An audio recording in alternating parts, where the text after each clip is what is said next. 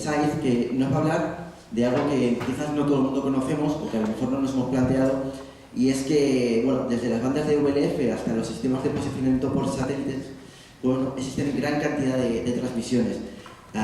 Con tanto, hay señales que a lo mejor no conocemos que existen, como son las señales horarias. Y nos va a comentar un poco cómo son, cómo funcionan, y nos va a arrojar bastante luz para algo que a lo mejor no conocíamos y que es verdaderamente apasionante. Le doy paso. Buenas tardes.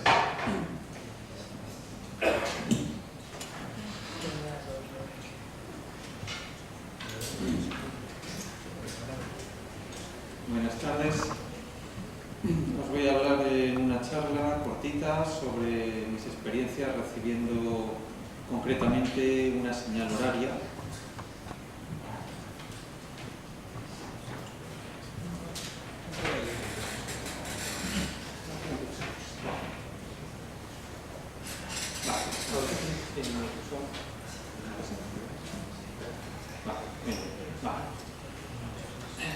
Perfecto, bueno. Esto es una foto de una estación de difusión de onda larga sobre la que voy a hablar. Tienen una enorme antena y bueno, una potencia muy grande y una señal pues bastante interesante. Entonces, en fin, hay muchas señales horarias desde las bandas más bajas, desde muy baja frecuencia, incluso en VLF, incluso en 25 kHz en ese entorno, empieza a haber señales horarias y las hay en onda larga, en HF, incluso el GPS pues, se puede considerar que también contiene señales horarias, o que también sirve a este fin. Estas señales son, bueno, son muy antiguas, datan de los inicios de la radio. Y bueno, pues tenían la función no poco importante de poder sincronizar todos los relojes de un país y no ya solo domésticos, sino tipos de servicios que requerían buena sincronización, como podían ser factorías, plantas eléctricas, estaciones de ferrocarril. Bueno, hoy en día siguen funcionando bastantes de estas señales en el espectro radioeléctrico. No pretendo repasarlas todas porque bueno, esto está en lista de una Wikipedia, pero bueno, pues tenemos unas cuantas que son fáciles de recibir. La de bueno, la ciudad británica de Droitwich, esta está también en onda larga, en 198 kHz. Los americanos tienen varias señales de la estación WWW, están en múltiplos de 5 MHz y en alguna frecuencia más. La más famosa de todas es la alemana DCF, que es con la que se sincronizan la mayoría de los relojes bueno, así llamados atómicos, pero bueno, relojes sincronizados por radio, relojes comerciales, domésticos, sencillos, funcionan con esta señal alemana. Hay otra señal rusa, sencilla, pero también curiosa, la RWM. Hay otra estación en Canadá, la CHU, que también transmite varias cosas. Los GPS, que son otro mundo. Pero bueno, yo me centro en esta señal, que tiene algunas cosas de interés. Sobre todo, para mí, que es fácil de recibir, a diferencia de las otras. Bueno, esta es la que llega más fuerte. Esta llega realmente fuerte. Yo la alemana DCF, bueno, yo no la recibo, quizás con una antena un poco mejor se podría, pero bueno, tampoco llega tan fuerte. La británica llega regular, la canadiense llega a veces, la estadounidense en ocasiones, las rusas tienen una frecuencia demasiado baja. Bueno, la señal francesa tiene una ventaja, que está no demasiado lejos, en el centro geográfico de Francia, transmite en una frecuencia que no es tan excesivamente baja, 162 kHz, y una potencia enorme de 1 megavatios. Pocas estaciones con esta potencia. La alemana DCF creo que tiene como 50 kilovatios, o sea que esta ya es 20 veces más potente. el nombre TDF a NCR no sé exactamente cómo se debe llamar. Hasta hace un tiempo era la TDF porque pertenecía a la Corporación de Televisión de Francia y de hecho emitían un canal de radio AM en esta frecuencia. Es decir, podías escuchar un canal de radio con un receptor de AM y al mismo tiempo la portadora de la AM tenía una pequeña modulación que se puede interpretar de frecuencia o de fase. Bueno, es más correcto yo puedo decir de frecuencia. La portadora tenía una muy débil modulación, pero seguía siendo la envolvente constante y esto no interfería. O sea, podías enviar información horaria modulando ligeramente la portadora y al tiempo había un canal de radio. Bueno, en 2017 terminó la modulación de voz y ya queda solo la portadora con la modulación de datos. Y de hecho ya no pertenece a la Corporación de Televisión, sino a una agencia gubernamental que es la ANFR, que significa algo como Agencia Nacional de Frecuencias. Entonces yo llegué aquí a través de la Wikipedia, que es casi el único sitio donde hablan un poco de esta señal, que no está muy documentada, y tienen una información no súper precisa, un poco vaga, pero bueno, con esto pensé que se podía investigar más y poder llegar a demodelarlo. Lo que dicen en la Wikipedia, básicamente la clave está en este diagrama de aquí con estos triangulitos. Aquí te indica cómo transmiten la información. Y esto representa la fase de la señal. Tenemos un tono de 162 kHz. Si le demodulas la fase, si obtienes sus variaciones de fase, lo que nos dicen es que en el cruce temporal preciso del cambio del segundo con la hora UTC, coincide que la modulación está pasando así. Vale. Aquí cambia el segundo, vale, pues unos milisegundos antes la fase ha tomado esta rampa, luego esta. Digamos que hay esta modulación de la fase. En el centro de ese símbolo que perturba la fase está el cambio de segundo. Entonces, lo que te dice la Wikipedia, que esto luego había que rumiarlo para interpretarlo un poco, porque como lo explicaba no era lo más intuitivo. Te dicen, durante 25 milisegundos hay una rampa en la que aumenta la fase hasta alcanzar un radian adicional. Luego, durante 50 milisegundos se retrasa la fase, en 25 milisegundos se vuelve a adelantar. Total, que el desfase neto es ninguno. Y la portadora mantiene su coherencia si suavizases estas perturbaciones. Esto era un poco complicado de rumiar, pero si le das un poco de vueltas, en definitiva, ¿qué es una rampa de fase sino un desplazamiento de frecuencia? Durante 25 milisegundos ganar un radian es lo mismo que decir que aumentas la frecuencia en 40 radianes por segundo, que si lo divides entre 2pi son 6,3 Hz. Esto es lo mismo que decir que durante un tiempo empujas la frecuencia 6,3 Hz por arriba, durante otro tiempo la bajas 6,3 y la vuelves a subir 6,3. Y así casi se entiende mejor. Bueno, pues se envía un pulso así, esta perturbación de la frecuencia, durante 50 más 50, 100 milisegundos. Y luego la señal limpia. Bueno, si envían eso es que era un bit 0. Si envían este símbolo con la perturbación de la fase y luego otro igual, es que es un 1.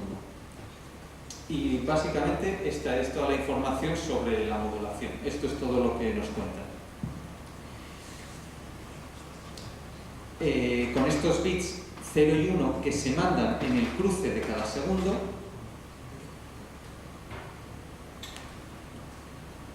bien, con esos bits te vienes a una tabla y recuperas la información. Es decir, aquí están ordenados todos los segundos del minuto, en cada minuto, desde el segundo 0 hasta el segundo 59. Y aquí te dicen ese bit que han transmitido, si era un solo pulso era un 0, si eran dos pulsos era un 1, ¿qué indica? Indica si hay leap second, segundo intercalar, no usado siempre a 0, esto está mal en la Wikipedia. Indica si hoy es festivo en Francia, indica data. Aquí indica los minutos,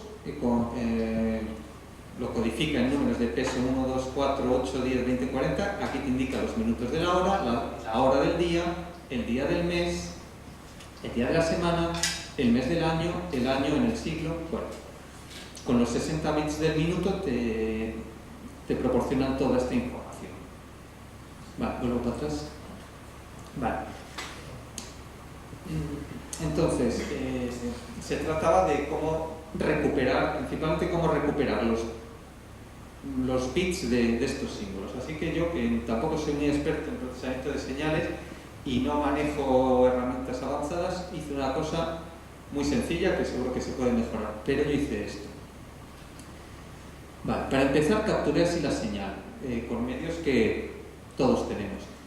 Una emisora de HF sintonizada en USB 1 kHz por debajo, con lo cual grabamos el tono en 1 kHz, el espectro en 1 kHz, y lo digitalizo con el Audacity con una frecuencia de muestreo de 8 kHz. De esa forma, cada ciclo de esta portadora está representado exactamente por 8 muestras.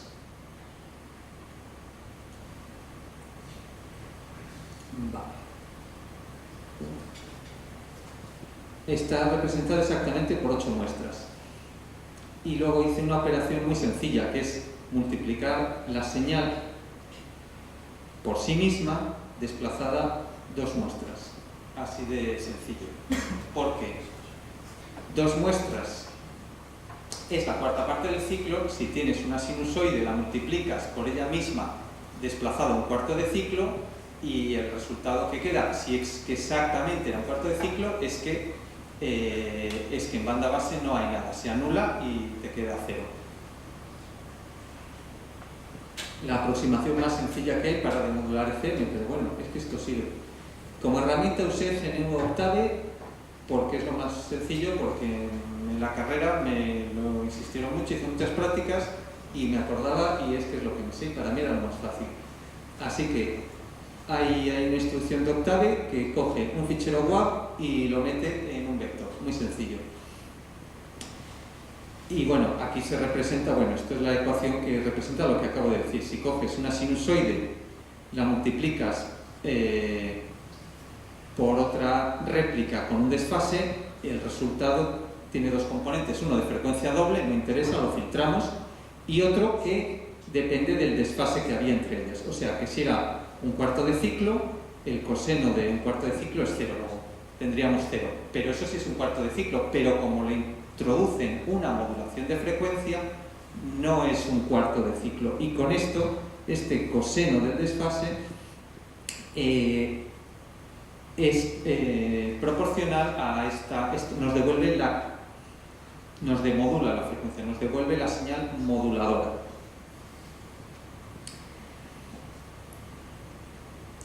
Entonces aquí represento la señal demodulada.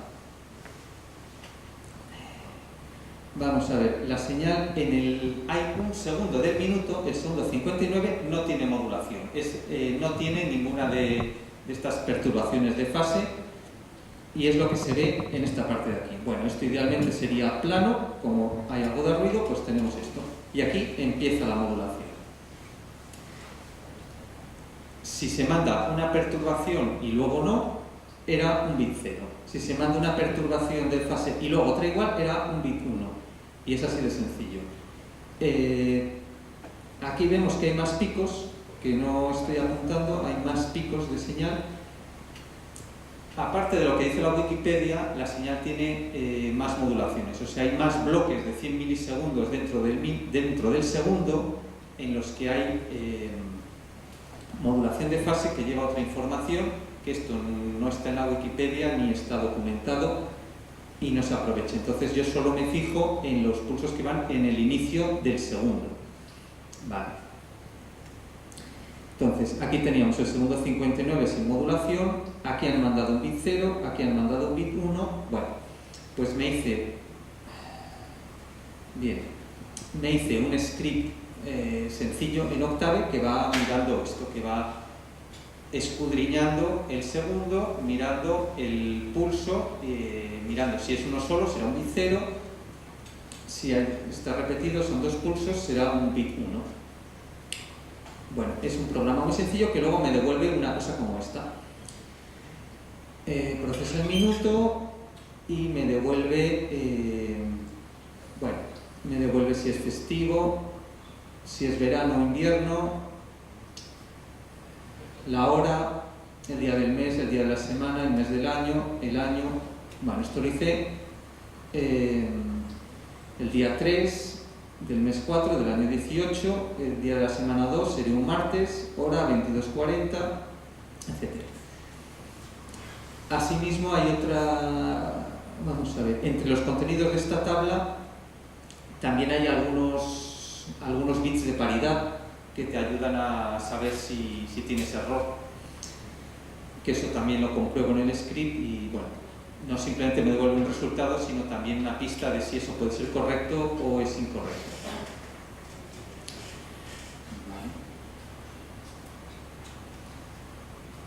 Bien. Me di cuenta, aquí en la Wikipedia dice, bueno, el inicio del minuto siempre es 0, es decir, en el segundo 0 el bit siempre es a 0 como sincronismo, como señal fija, en el segundo 1 leap second, en el segundo 2 leap second, del 3 al 12 no usado, siempre a 0, pues no, del 3 al 12 sí que hay bits a 1. Es decir, no me cuadraba lo que yo decodificaba con lo que decía la Wikipedia. Entonces, la verdad es que esto estaba muy poco documentado, no hay prácticamente gente que hablase de esto en la red, en sus blogs ni nada, así que tirando del hilo encontré la agencia francesa que tiene esta señal, que manejan esta señal. Y se me ocurrió escribirles y me mandaron un correo con un documento que es la norma francesa MCC 90002, donde está explicado y ahí está bien explicado. Este documento no está en ningún sitio, como dicen que, bueno, como ellos no lo han publicado, pues tampoco lo voy a publicar yo, pero si alguien lo quiere yo se lo envío. Y ahí explican con más detalle la señal. Esto está equivocado, el resto está bien, pero esto está equivocado. Parte de los bits del 7 al 12 no son fijos a 0, sino que llevan otra redundancia adicional que nos permiten detectar más errores en la trama de información posterior. Y eso también lo utilizo en el script para saber si lo he decodificado bien.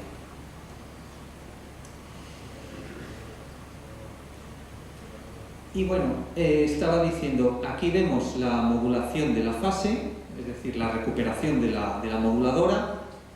Vemos el segundo 59, que tenía que estar enmudecido, y vemos los pulsos con información de cada segundo. Entonces aquí a mí se me ocurrió una cosa bastante básica, que es estos picos de la modulación queremos que sean lo más limpios y destacados posibles, y esta parte del segundo 59, que no tiene modulación, debería ser lo más plana. Entonces, si cojo este valor del pico, lo promedio en unos cuantos bits,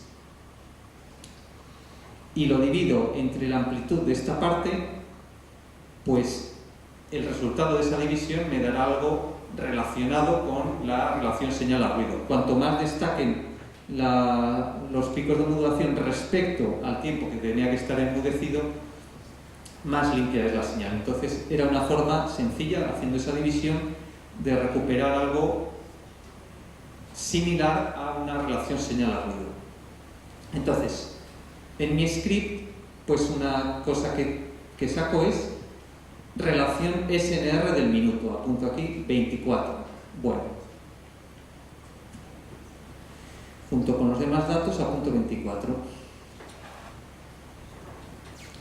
Y a esto luego le di una vuelta de tuerca más, que es, ¿y si lo utilizo para monitorizar la propagación?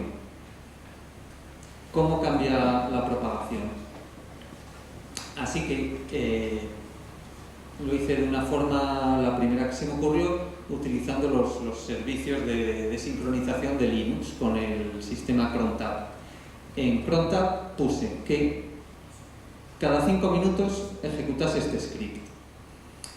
El script, bueno, este no es el contenido completo, pero lo más básico que hace es grabar 4 minutos de un WAV a 8 kHz y después de grabarlo ejecutar el script de Octave y volcar todo su resultado en un fichero temporal con la salida. Entonces cada 5 minutos esto se ejecuta y me apunto este valor de relación señal a ruido y también me apunto porque he observado la paridad y redundancia de los datos, si tiene pinta de que eran correctos o no eran correctos. Entonces me quedo con eso. Y se me ocurrió dejarlo funcionando 24 horas y hacer esta representación. Bueno. En rojo pinto el valor de relación señal a ruido y en amarillo pinto si eran correctas las decodificaciones, dentro de que cada vez que se lanza el script se deberían decodificar 3 minutos completos. Bueno, por eso la demodulación puede ser correcta al 100%, 2/3, 1/3 o nada. Y en rojo la relación señal a ruido. El azul era otra medida, era otra medida más vasta, más imprecisa de relación señal a ruido que no debemos tener en cuenta. Pero bueno, aquí vemos algo que no es que sea mucha sorpresa, pero la onda larga se propaga mejor de noche. Claramente aquí, en mitad de la madrugada es más alto.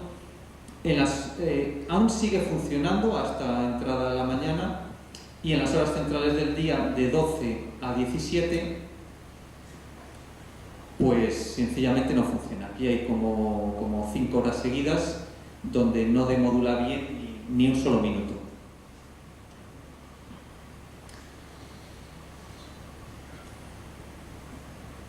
Y bueno, conclusiones que he sacado, que Octave es una herramienta que me gusta mucho y que es accesible, que hay señales utilitarias en HF que son interesantes y que no están muy documentadas y muy conocidas. Yo he hecho esto porque antes no lo ha hecho nadie más, pero bueno, pues ahí estaba disponible. Hemos podido estudiar la propagación un poquito, no es algo muy desconocido. Y esto se puede mejorar, entre otras cosas, el Octave evidentemente no es una herramienta eficiente de programación, cualquier programa en C podrá serlo más. Estoy usando un dipolo como antena, no es adecuado, está desadaptado por completo, se puede mejorar. Y bueno, la forma de demodular la FM multiplicando por la señal desplazada a un cuarto de ciclo no es la mejor porque está introduciendo más ruido. Un sistema de tipo PLL sería mejor que esto, pero también más complicado. Esto tiene aplicaciones que puede tener, evidentemente, aparte de como señal horaria, como reloj, sirve como frecuencia patrón. No lo he comentado, pero la portadora de 162 kHz tiene una precisión enorme, procede de un reloj atómico.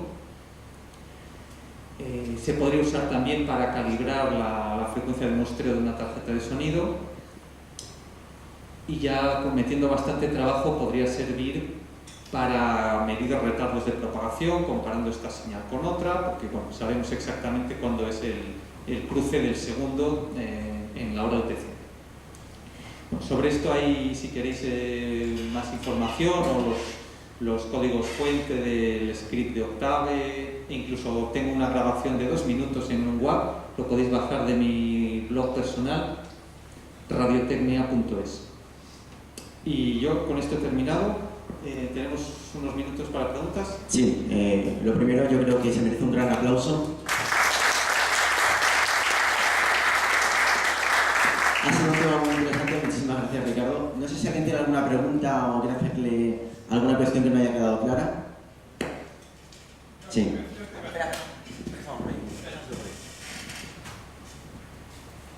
Evidentemente, la onda larga, el sol le afecta por el nivel de ruido, pero ¿no has pensado que el ruido podría no ser debido al sol, sino más bien debido a la propia actividad humana, puesto que es onda larga? A partir de que empieza el trabajo, las horas de trabajo, el ruido se incrementa. Yo qué sé, un vecino que pone una picadora, una mini pimer, un microondas que empieza a funcionar y tiene una fuente conmutada, todas las fuentes conmutadas de los ordenadores. A lo mejor es más debido a eso que a la propia propagación, que ya sabemos que aparte que el sol sí le afecta, pero en mi vuelo que he visto la gráfica va a ser más ruido humano. Pues seguro que también, sí. También tiene que haber fuentes locales de ruido que intervengan aquí también, sí. Bueno, yo te quería preguntar cómo encontré ese tipo de señales, porque veo que tenéis todos en los blogs análisis de señales de lo más curiosas. ¿Cómo llega a cruzarte esta señal? ¿Estás en Wikipedia random y te sale una señal y esa noche aplaudes o cómo lo...? Bueno, de verdad que eso es casi lo más sencillo, ¿no? Empecé con las señales horarias. O sea, yo sabía que existían señales horarias, entonces precisamente hay una página en la Wikipedia que las lista todas, entonces fui mirando. No, pero ya conocían la existencia de este tipo de señales porque habían mirado cómo funcionaban los relojes. No entiendo tu pregunta. O sea, que entonces ya conocían la existencia de la señal porque habías estudiado cómo funcionaban los relojes atómicos que se sincronizan por radio, o cómo llegas a conocer este tipo de señales. La señal TDF, la señal de 162 kHz, yo conocí que existía, pues no sé, hace 2 años, no sé, porque me empecé a buscar. Yo, pues sí, hace tiempo había oído hablar de la señal alemana, la de 77 kHz, había oído hablar de la americana, de VVV, y entonces fui a esta web a listarlas todas, porque dije, bueno, voy a ver cuáles se pueden recibir, y probé, intenté recibir la alemana, no me llega bien, la americana regular, la canadiense a veces, la rusa, están ahí listadas, y luego además cada una con el vínculo a su propia página, y ahí tienes más información. Y lo que me llamó la atención de esta es que, siendo potente, pues no hay casi nadie que hable de ella.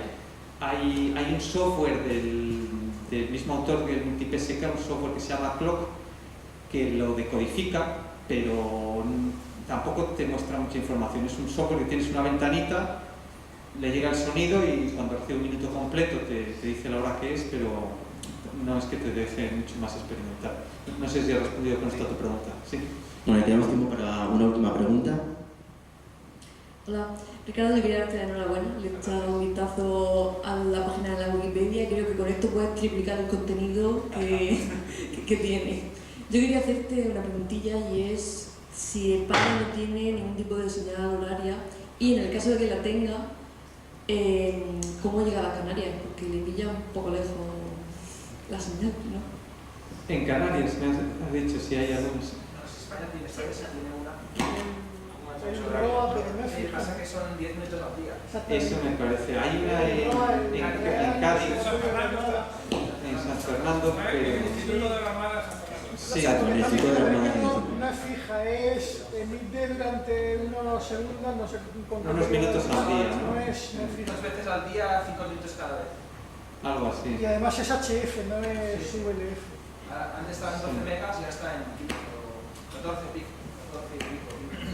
Sí, es posible. Bueno, hombre, Eso no lo usa nadie. O sea, que no es PCF 77 que te encuentra en el líder de montar de relojes que lo En tiene. España es para el propio ejército, en teoría, una KX dentro de equipos.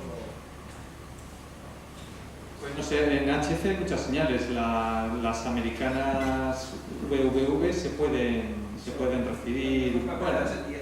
¿eh? En 10 tienes la italiana, todo el día la En 10 MHz justos está una italiana, no muy potente, creo que tiene 90 vatios, y las americanas, bueno, depende del día.